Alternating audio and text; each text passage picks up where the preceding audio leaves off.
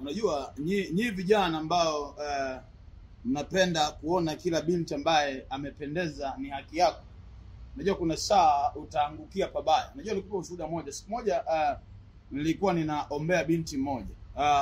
Huyu binti amekuja kabisa vizuri, anatembea kama anavyotembea, kama vile wanavyotembea wengine, lakini kumbe ndani anazo pepo bwana.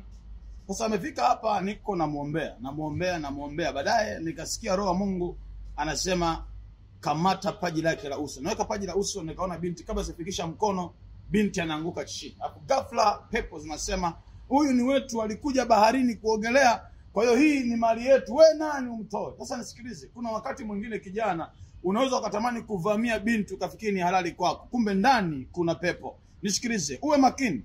Usipokuwa makini utachukua mikosi ambayo haikuwa ya kwako. Kadhalika pia hata wewe binti, unaweza ukaona kijana yuko vizuri, amevaa vizuri, ukafikiri ni mwema, kumbe ndani ana roho nyingine ya uharibifu. Matokeo yake unaharibikiwa na wewe. Nataka Bwana kusaidie. Wewe ambaye umekanyaga kwa hii madhabahu, Mungu akusaidie kwa jina la Yesu.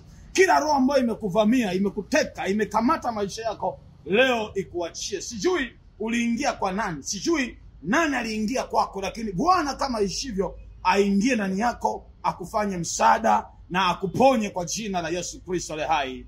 Amen.